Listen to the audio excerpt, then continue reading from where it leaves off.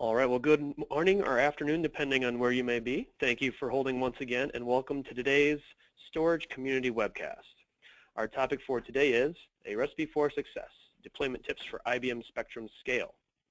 All phone lines are currently in a listen-only mode, and later there will be a question and answer session with additional instructions being given at that time. You may ask a question at any time using the chat window located in the control panel, and all chat questions will be answered at the end of the presentation with the rest of the Q&A. Today's session is being recorded, and everyone on the call will get a copy of the recording and slides. Now I'd like to introduce today's moderator and speakers. We have Chandra Wigala as the Portfolio Marketing Manager for File and Object Storage at IBM, Bernard Shen, the VP and Chief Engineer at Restore LLC, and Matt Forney, the Co-Founder and Director of Research and Technology at Innovar Technologies. Chandra, go ahead and get us kicked off here. Thank you, Sam. Good morning, good afternoon, or good evening, everybody, depending on where you are. Like Sam said, my name is Chandra Mukyala. I'm in the IBM's storage group. I'm responsible for portfolio marketing for file and object storage solutions. The specific product we are going to be talking about today is Spectrum Scale. Now, IBM has many storage offerings, but the key offering for all of the unstructured data, which is file and object storage, is Spectrum Scale. So I'm going to take 2 minutes to quickly introduce Spectrum Scale, and then Bernard and Matt will come over and talk about some best practices around deploying it for high performance. Now, Spectrum Scale is, Bernard, can we move to the next slide, please? So Spectrum Scale is not new to the market. It's been in the market for more than a decade now. It used to be known as GPFS, General Parallel File System. It was developed by IBM Research more than 10 years ago to meet the high-performance technical computing needs of for the media and entertainment industry, where there's a lot of need for high performance for meeting video rendering type of workloads. Now, in the last 10 years, it has evolved a lot. You know, it started its life in technical computing workloads to meet high performance. You know, it's a parallel file system. That's what gives the high performance.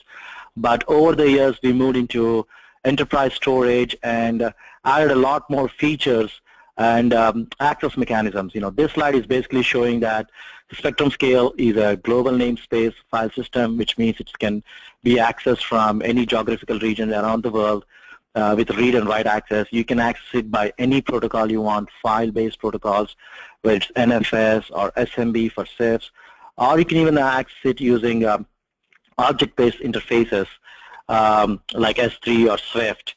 But not only protocol-based access, irrespective of what the application is, but we have also added a number of features which are very important in the enterprise world.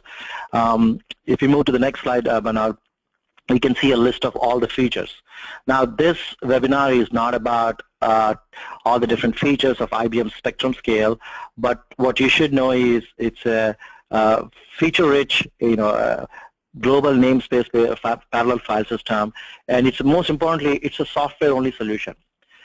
Storage offerings, for the most part, if you go back, like 5-10 years ago, storage was never available as software. They were always available as arrays, as appliances. In the last 2-3 years, we have seen a big need for software-based storage, software-defined storage, and we can talk about what are the benefits of that later in the webinar. But Spectrum Scale has always been software only. You can run it on any type of hardware. You can run it on any Intel server, any power server. You can choose what the underlying storage media is, whether it's flash drives or spinning drives or tape, and even cloud-based storage.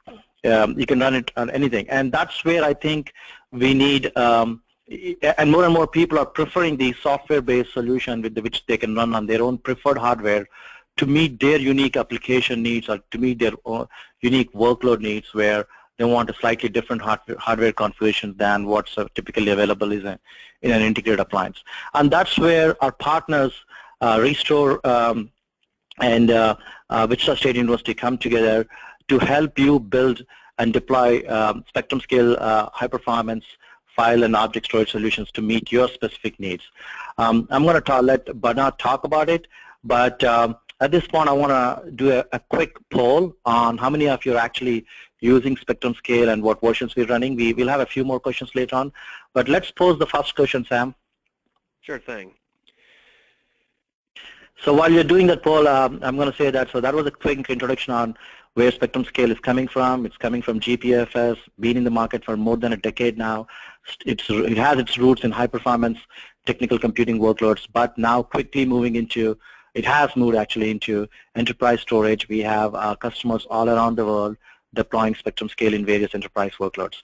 Now I'm going to pass the phone to Bernard to do a quick introduction and share the work. Actually, not Bernard, Matt first. Matt Forney first on how is Wichita State University helping us with this solution center. Matt? Yes, hello, my name is Matt Forney. I am the Research and Technology Director at Innovar, the company inside Wichita State University. Our core emphasis is on student applied learning in real-world situations where our students understand the concepts of an NDA, a SAL, and a test plan, and how that pertains to these projects. Currently, we have partnered with IBM and Restore to create a Spectrum Scale Center of Excellence within our reference architecture lab here at Innovar. Today, you will see some of the results of that testing that was completed by Restore and us, and the partnership with IBM at WSU.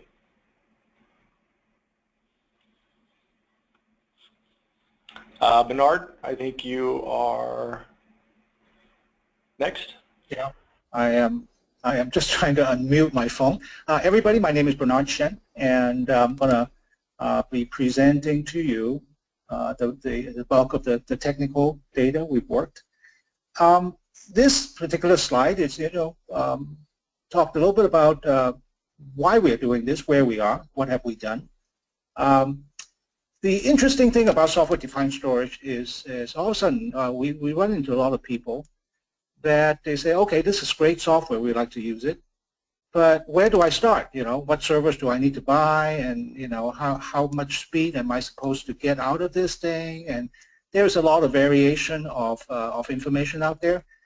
There are commercial products, of course, I know we all know, that have packaged the software-defined storage with GPFS and people's own disk and so on and so forth. What we have done here, working with the team, is to say, hey, we really would like to share with the user communities what would we do when we build a system like this, using component parts. So we created this project. So the statement of work is looking at, we want to create some reference architectures. We decided we have three kinds: a high performance, a balanced workload, and a high capacity. So it's all IOP and petabytes kind of comparison.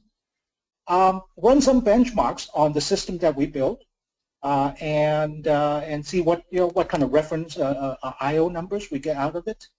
And in this particular project, we have a mix of IBM DCS 3700 and 3860 Gen 2 storage system. I know that the 3700, 3860 Gen 1 are very pervasively used, so we are going to extend this knowledge kind of to the next generation of the storage systems. Power 8 and Intel-based NSD servers, because different people want to use it, use different computers to drive the storage. Also, as a companion document to this presentation, we are putting together a do-it-yourself cookbook that will give you the exact detail down to how do you format the drives, cable up the systems, and what that will do is give you a reference architecture where you say, okay, if I build this and I run these benchmarks, I'm going to get the same result. Right? Some engineering reference point. So the building blocks that we have, just give you a little bit of a detail. We use the same type of computers for the NSD servers. Now, for those of you that are not familiar with GPFS or Spectrum Scale, NSD is called Network Shared Disk. Server is the specific cluster node that has attached disk systems. And you can kind of consider that as a controller, disk controller equivalent. We have two types of NSD servers. We have a dual Power 8, IBM Power 8 with 10-core dual processor, 10-core, we also ran the test with 4 single processor Intel, and this is kind of a generic brand server we use. I use a Haswell server. So you're going to see all the benchmark we ran. We ran it against these two type of controller hardware. The storage system for each of the capacity, the 3 building block models, is we always test the 3700 and the 3860 controllers. So if we have 6 controller 3860, we have 6 controller 3700. Kind of we do parallel testing to those systems. The high performance model, we deploy more controller per disk pack. So we test up to 6 systems, and each system has 60 disks. So all these building block models have 360 disks total, 1.7 petabyte usable space. We use 6 terabyte nearline SAS drives. And if you look at the balanced workload, the difference between the high performance and the balanced workload is we reduce the number of controllers, which will, to some extent reduce the cost of the system. And we keep the same number of spindles. One controller will handle 120 drives as opposed to 60 drives. So we have 3 controllers and 120 drive each. And so on. If I go to the high capacity, I run just 2 controller with 2 expansion enclosure each. So each system has more disk and fewer controllers. So if you look at the bullets at the bottom, basically what we try to do, this is give everybody an example. This is a kind of a 30U rack space for each one of these building blocks that include the storage. We have 6 of them. Both the controller storage and the expansion enclosure storage can hold 60 drives, so they look the same. It's a 4U unit. And we have 6 of those plus the 41U NSD or 22U Power 8 and a couple of top of rack switch. We're looking at 30U of occupancy right in the rack. And the comment here is the first bullet is about we also in this technology with the DCS. You can add SSD enclosures. Those are 2U units. If you want to put some high-speed storage tier into the file system. Last bullet here, it talks a little bit about how many. Oops, sorry. Talks about how many expansion enclosure maximum you can add to each of the system. As you can tell, the building block did not max out the possible number of expansion enclosure at the 3860. The purpose of this is to give everybody a reference point as to what a building block looks like. So we talked a lot about we talked about scalability, right? So when we start with a system, we always worry about okay, how do we add, how do we expand it? So if I have a system, instead of every one of the building blocks is 360 disks, and you say, hey, I really don't need 1.7 petabyte up front. And in this particular case, we call that an intra-building block. You say, hey, I want to get, instead of 360 disks, I want to start with 180.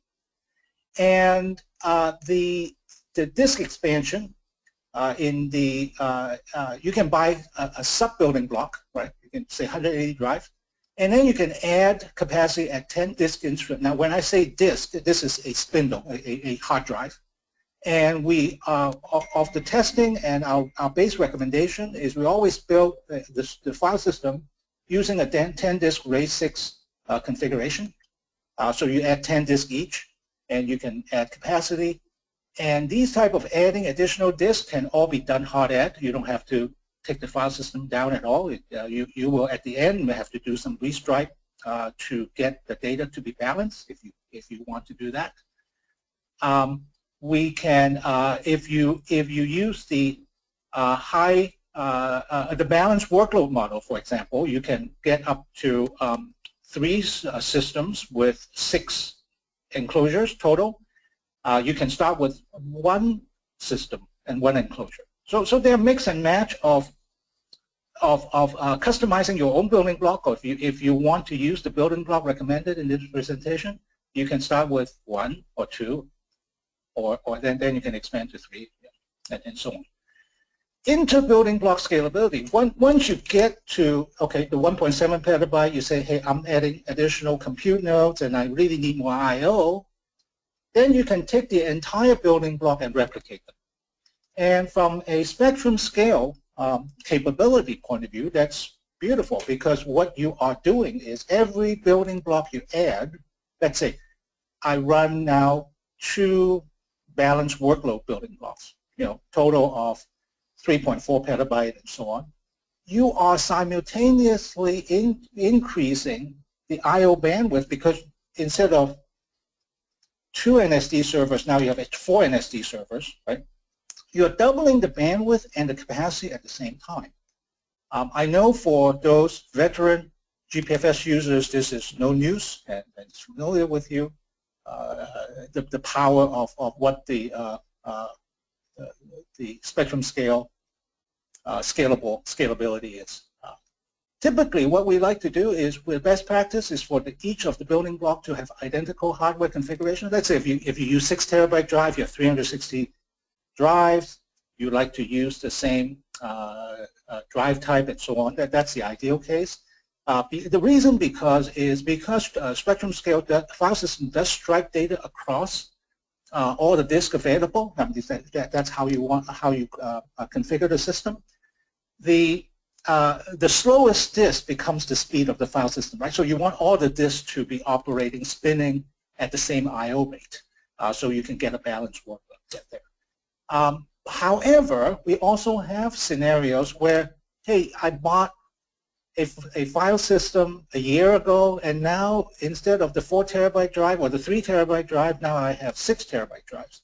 So when I have a dissimilar storage hardware situation, the spectrum scale can accommodate that, and we do that by creating a separate storage pool, or a different storage pool for the different technology, and then use the either placement rules or some of the special data management. You can move data around using the integrated lifecycle management policies that comes with the spectrum scale software. The scalability and services, just summarizing what I just said, we can increase the I/O bandwidth by adding this NSD nodes and this. So if you add another parallel building block, increase capacity by adding storage enclosure. Now, nobody's going to stop you from, okay, now in our high capacity building block, we have 1 controller and 2 expansion enclosure per system.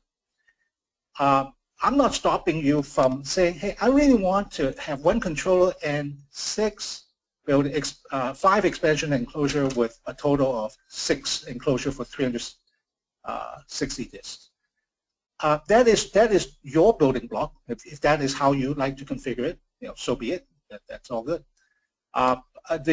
Just want to remind everybody, the building blocks that we have in the previous diagrams are examples, right? These are things that we recommend with basically a 30U physical size. Manage the similar disk technology with storage pools. So this is an IIM policy. This is a spectrum scale capability. I think is the secret sauce of GPFS. Network protocol support. Just a reminder. Chandra mentioned that in its earlier slide. All this storage can be delivered to the world via these type of protocols, and we are doing it now. It's very reliable way of delivering the data. Now, this data can be, the term we use is cross-platform access. That means you can have different platforms accessing the same data through different network protocols. I'm going to make this a little bit quicker. It's a little bit, what I am trying to do with these next 4 slides is to give you an idea as to what the lab looks like when we did the benchmarks. So when we run the benchmark, while running 8 compute nodes on the front side, we are using IOR. We run, the meaningful testing. We ran different types of tests. The meaningful testing in this presentation, we are using IOR data that we collected. I'm not going to drill down on the actual balance in a lot of detail. You're going to see some comments here talking about we're using InfiniBand, FDR, 56 gigabit InfiniBand. It can very easily be converted into a conversation as to say, hey, I really are running 40 gigabit Ethernet technology. That's fine. There's nothing wrong with it, but we need a certain amount. I mean, 10 gigabit is we're going to run out of I/O on the network. So we're looking at 40 gig, 56 gig, and as you can tell, we have multiple links coming out of the NSD server. This example is the lab setup for the using the power servers as the NSD. You see the cards, the Mellanox cards. Now these Mellanox cards can also run Ethernet. So it's Ethernet and InfiniBand. We also have a description of the SAS card we use on the Power 8 computers. This is an example of the 8 enclosures. Depending on which testing we are doing, the high performance configuration, we have 6 systems, 1 enclosure each. The balanced workload, we have 3 systems and 2 enclosures each, and so on and so forth. The DCS 3860 and the 3700, the controller units are swapped out for the benchmarking, because in this particular setup, the cabling are the same. So we just need to turn things on and off without physically have to unplug the cable. Sam, I just want to touch base with you. Is it okay? I'm just going to continue proceeding. Nope, everything's looking good. Very good, thank you. The next 3 slides, it's really talking about the cabling. Now, in a 4 Intel server testing environment, depending on what we're testing, how many controllers we're testing, the cabling need to change. So I'm not going to need to kind of go through all the details, but I just want you to show the next slide. We have some cabling change. Now in this picture is the high performance configuration where we have SAS connection to every storage unit, and we have 6 storage units. The next one is the balanced workload, where the SAS connection goes to just to connect the controller units, and we have 3 here, and we have each of the system will have the controller and the expansion enclosure. So you see the cabling has changed. And over on the left-hand side, you also see there are the SAS adapter cards that we use. It's a little bit different than what's available with the Power 8. This is the high capacity model configuration. We only have 2 controller and 2 expansion enclosures each, so the cabling again changed. So just show you on the front side, we stay with the same 9 compute nodes and the FDR InfiniBand configuration that we've been using throughout all our tests. So just to reiterate now, what we have found out when we're doing the architectural design and talking to friends that build these systems is there's always this thing about, okay, what's the detail? You know, what do you use? So this gives you a little bit of a background on what are the adapters we're using on these computers. It is really important. A lot of times we tend to forget. You say, okay, the Gen 3 PCIe card is good enough, or how many slots do we have, and so on and so forth. The majority of the conversation we have here had to do with the cards will have to have enough bandwidth. So this gives you a detail, and we're going to have more information in the cookbook that we're going to share with you. The Power 8, we are using these type of cards, and they plug into a particular slot for the speed. So just want to let you know, just a reference point of what kind of cards we use. And then on the Intel-based servers, this is what we now. These numbers are for each computer. We have these cards installed. The operating system, Red Hat, CentOS 7.2, they're comparable. And that's what we have placed in those for the testing. Spectrum scale, we're running the, I would have to say that during the test, that's the latest release of the Spectrum scale. I think we're still at 4203. We have 10 disk RAID 6 volumes. So that's, and then this is the file system block size. So I'm going to accelerate a little bit. I know I'm running low on time. IOR benchmark, I just give you a kind of an overview as to what is the cache settings. We did not turn off mirroring, because if you turn off mirroring, you actually get better I/O performance. We don't believe that is the way people run their storage systems. So the DCS, we have left the mirroring on and the caching on. So the read cache with prefetch is turned off because we don't want it to conflict with the GPFS caching mechanism. We are running, we ran our benchmark with 1 through 9 compute nodes and with the various concurrent threads. I'll show you the outcome of that, the results.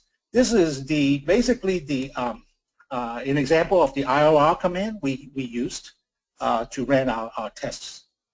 Comprehensive testing improves variation. So we ran a bunch of tests, and because in light of time and sharing it with you, we kind of pick the IOR testing results and share with you. Here is the high performance testing we have done, the kind of a summarized result. Power 8 plus 3860, Intel plus 3860. This is and then on the right-hand side, these are the 3700s. So what you see here is there is now the bottom of the bar is the write performance, and the top of the bar is the read performance. And you can kind of see when you have one system, this is the performance that you get out of the Power 8. And you're going to see on the Intel, you're going to get a little bit better read speed. The write speed are pretty much the same if you kind of look across. And this gives you the range of the DCS 3700, which is a little bit lower speed. If you kind of look at the write speed, it stays a little bit flatter on this case. At the bottom of the chart, it talks about when you have one system, how many drives you have in the system, just as a reference point. So kind of correspond to the number at the bottom of the chart, and the basic configuration of the testing in the Power 8 and the basic configuration of testing on the Intel servers. So we have a total of 3 charts. One is for the high performance building block. So you kind of look at it up here is, let's say, just look at the read, 30 gigabyte per second. Now these are bytes, okay? So 30 gigabytes per second. In this case, close to 39. So you look at it, it's respectable numbers. Balanced workload, we have up to 3 systems, right, using that building block. And what you see here again is the Intel does come out a little bit ahead on the read performance, and the write performance pretty much the same. And I'll summarize the I/O a little bit. The configuration at the bottom for the NSD servers are the same. So the high capacity, again, the performance go down a little bit, but you get the same amount of disk space total. Will be a little bit more cost effective to deploy. oh, another thing I want to just make everybody aware is this last chart here. We have an anomaly. We probably have to go back and rerun the test. This 3700, the read speed is probably not correct. This particular one, oops. So we, in addition to the I/O testing, with the multiple three types of building blocks, we also ran a encrypted file system test. So in this particular case, we did not run it on all different building blocks. What we did was we took the DCS 3800 high capacity building block and we ran some encrypted system testing. A couple of takeaways. The encryption, actually performing the encryption and decryption is done on the compute nodes. So the workload, as you see here, this on the left-hand side two charts is the I/O without encryption. You have a balance of CPU performance between the compute node and the NSD node. If you turn on the encryption on the file system, you see this blue thing. All of a sudden, the CPU usage go through the roof on the compute side because that's the guy that actually does a lot of the basically doing the encryption decryption. And because it was busy doing the encryption decryption, the I/O end up on the NSD server becomes a little bit low. So it's one data point.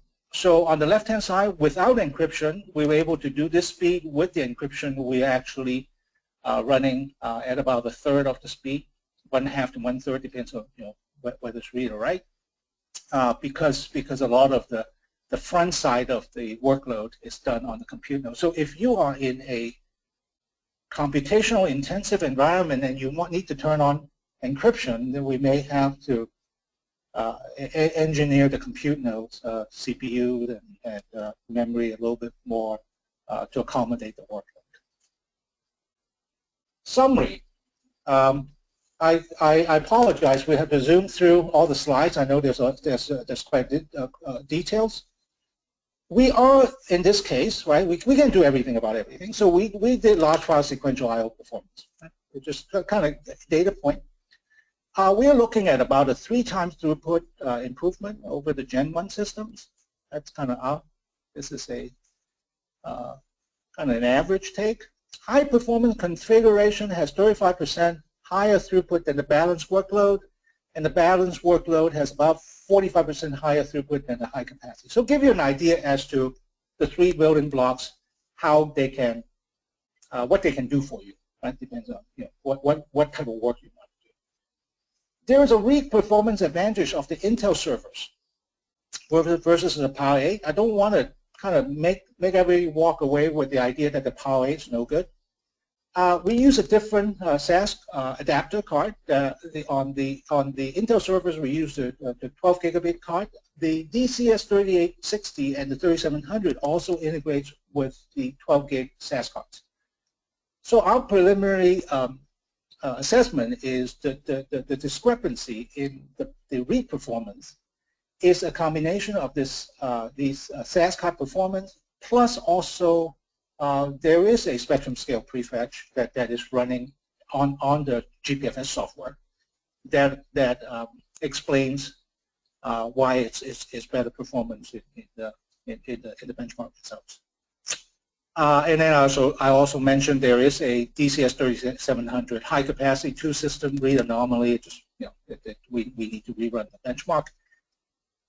Another thing that I have not mentioned in the benchmark is the average access latency. I just want everybody to be aware the GPFS can provide an NSD architecture where data is pushed and pulled through the NSD nodes.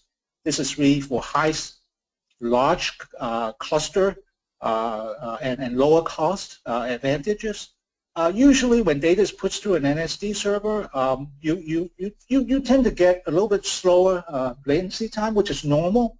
Because most of the computation, HPC computation is in large file sequential access, so a little bit slower access latency, normal.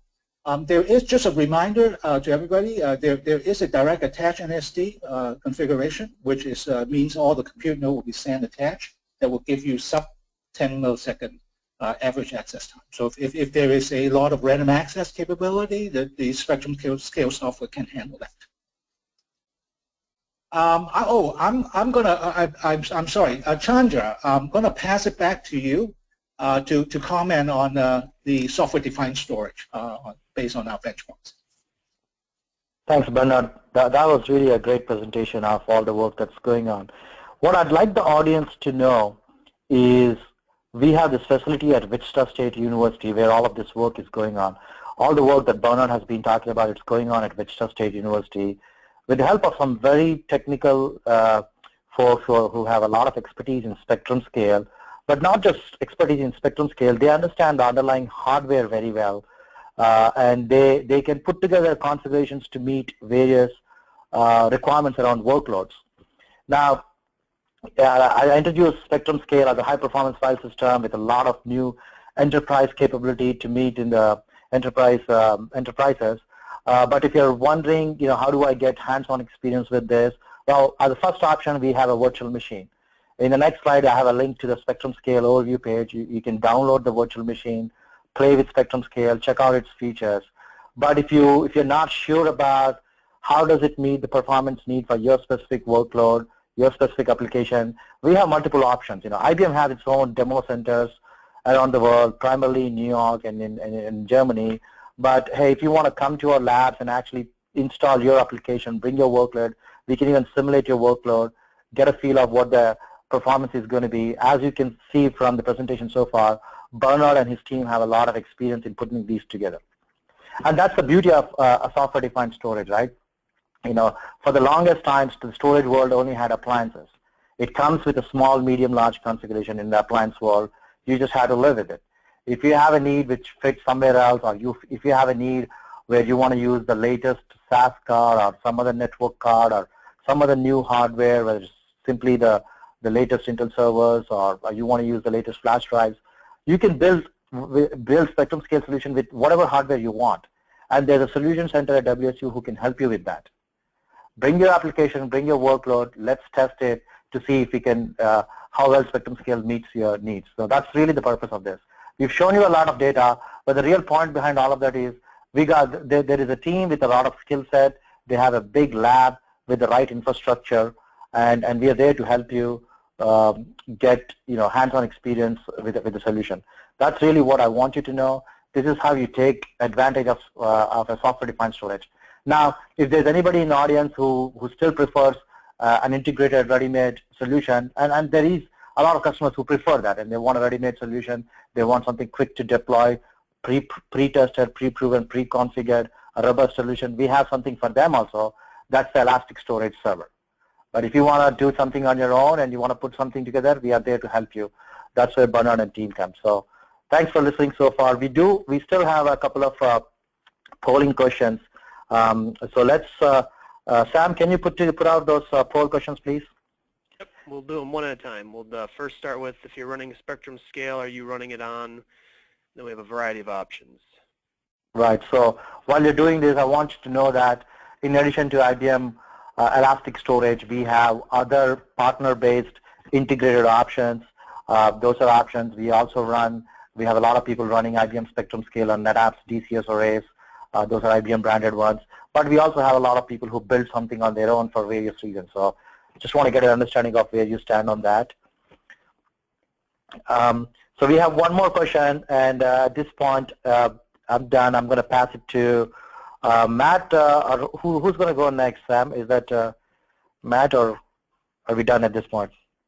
We hand it back to Matt. You can talk a little bit about the, let me see here.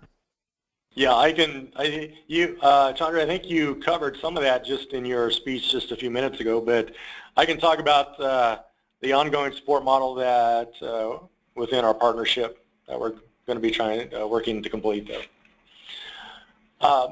So, as we've done all this testing, a lot of times the question is, what about the ongoing support What about firmware validation? What about the interoperability of putting multiple pieces together with that? Well, that's what our lab is going to continue to do with a partnership with IBM. It's custom building block configurations, testing specific customer requirements.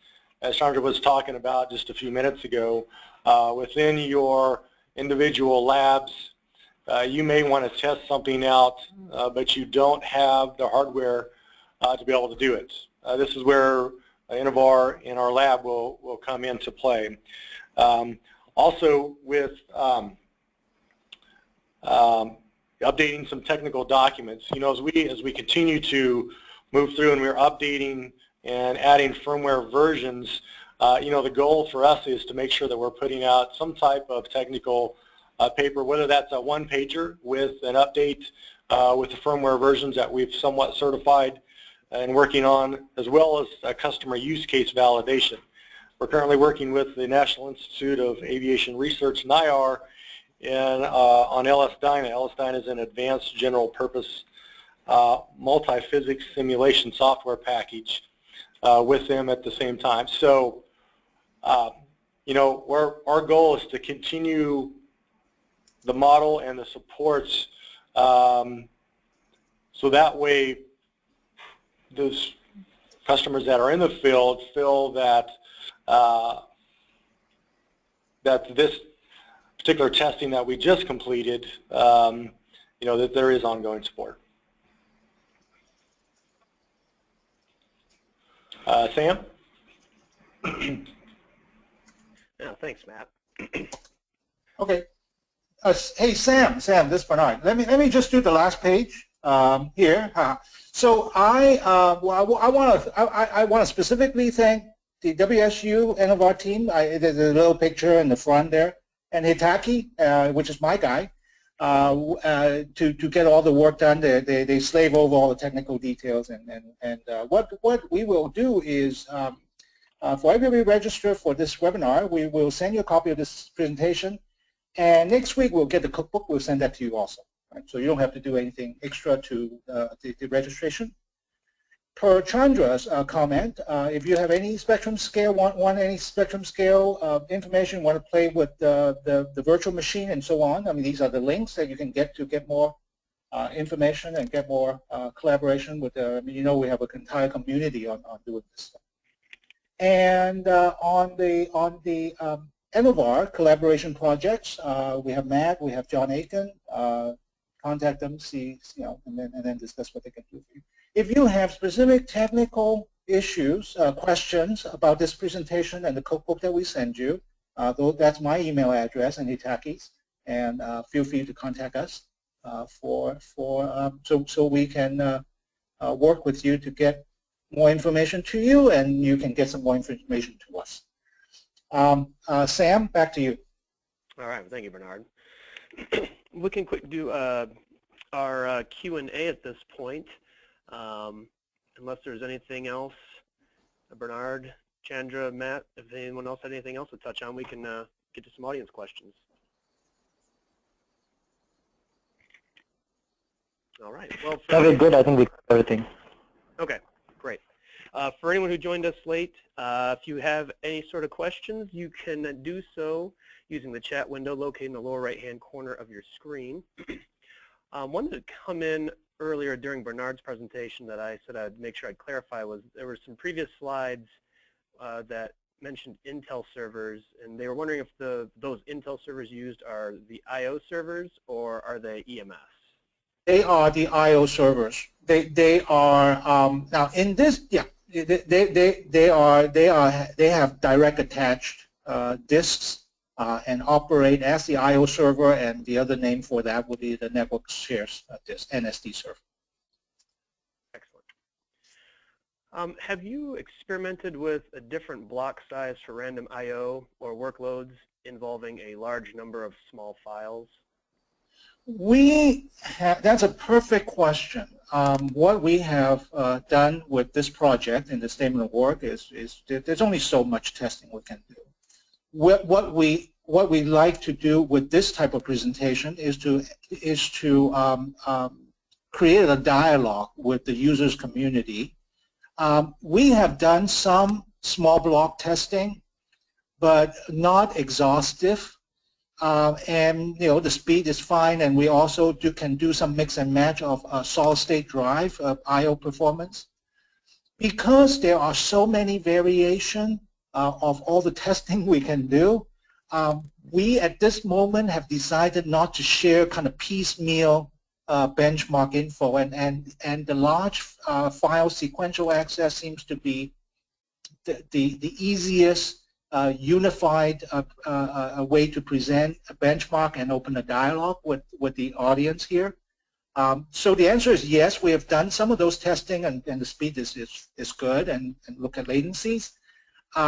But we are not quite in a position to have a complete set of data that we are able to share in a public way.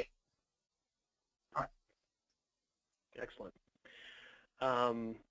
Is DM multipath being used on NSD servers, and any specific multipath configuration on direct attached NSD servers? Perfect. And the answer is yes.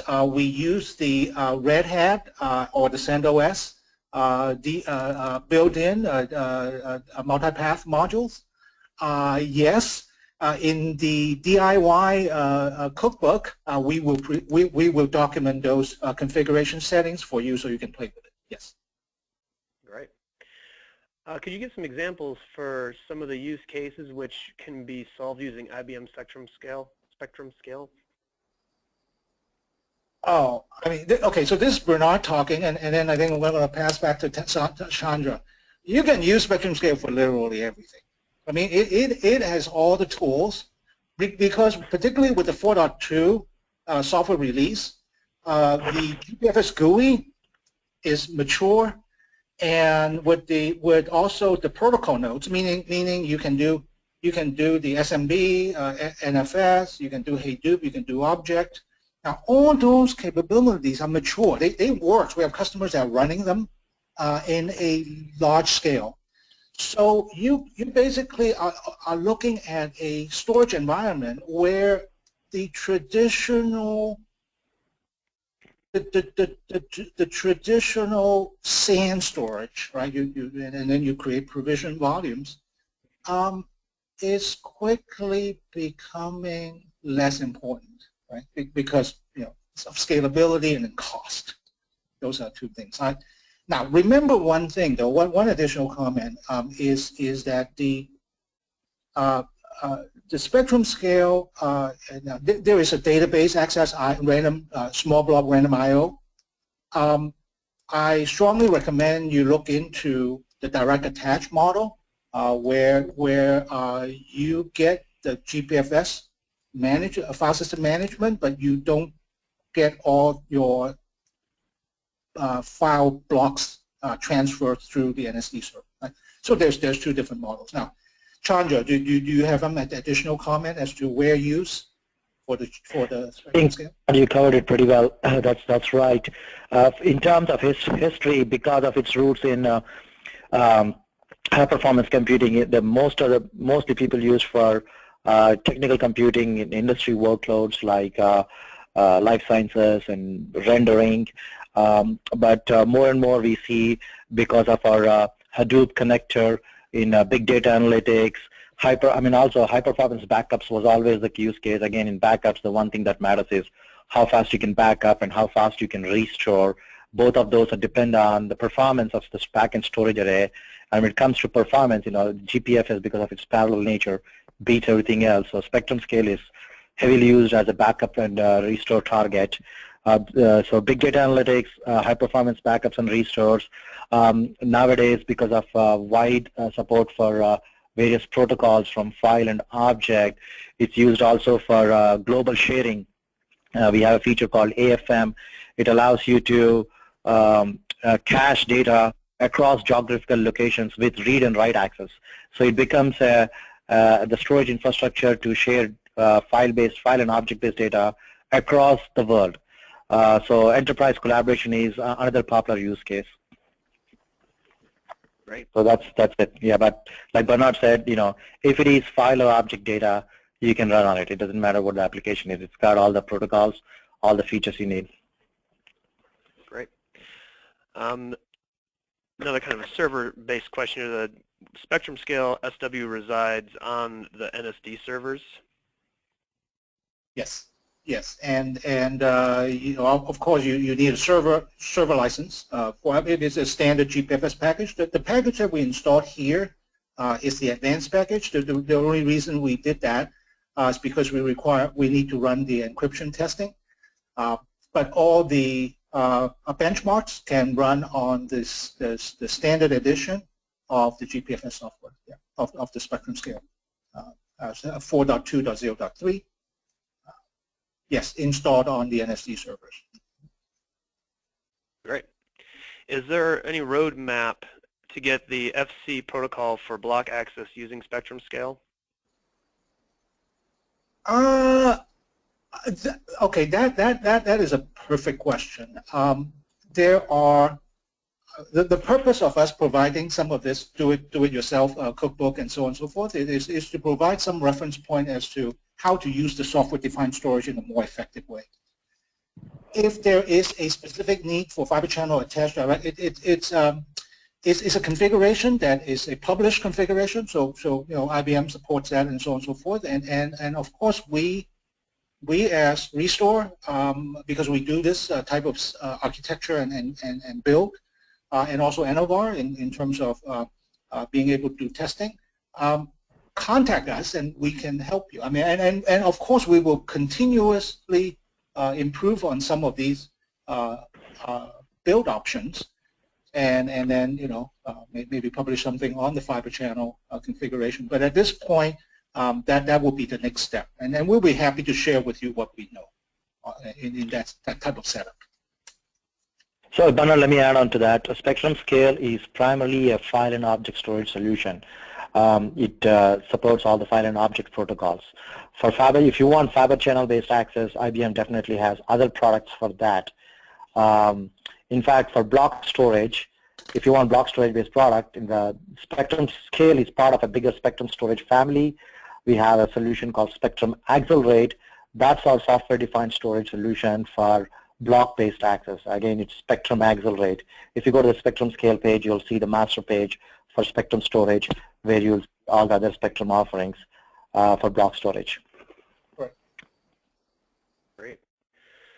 Well, that's pretty much all of the questions we have time for at this point. So I know there's a few remaining ones out there, and we'll make sure that we address those offline, and we'll make sure we get you answers for all of those. But Chandra, Bernard, Matt, I want to thank you all for offering up your time and sharing your knowledge with us. This was a wonderful presentation. Thank you. Thank you, Thanks, Sam. Thank you. And thank you, ladies and gentlemen, for attending. Do please take a few moments on your way out to take our post-event survey. We love hearing everyone's feedback and use it to improve on our future events. So that concludes today's call. So have a wonderful day.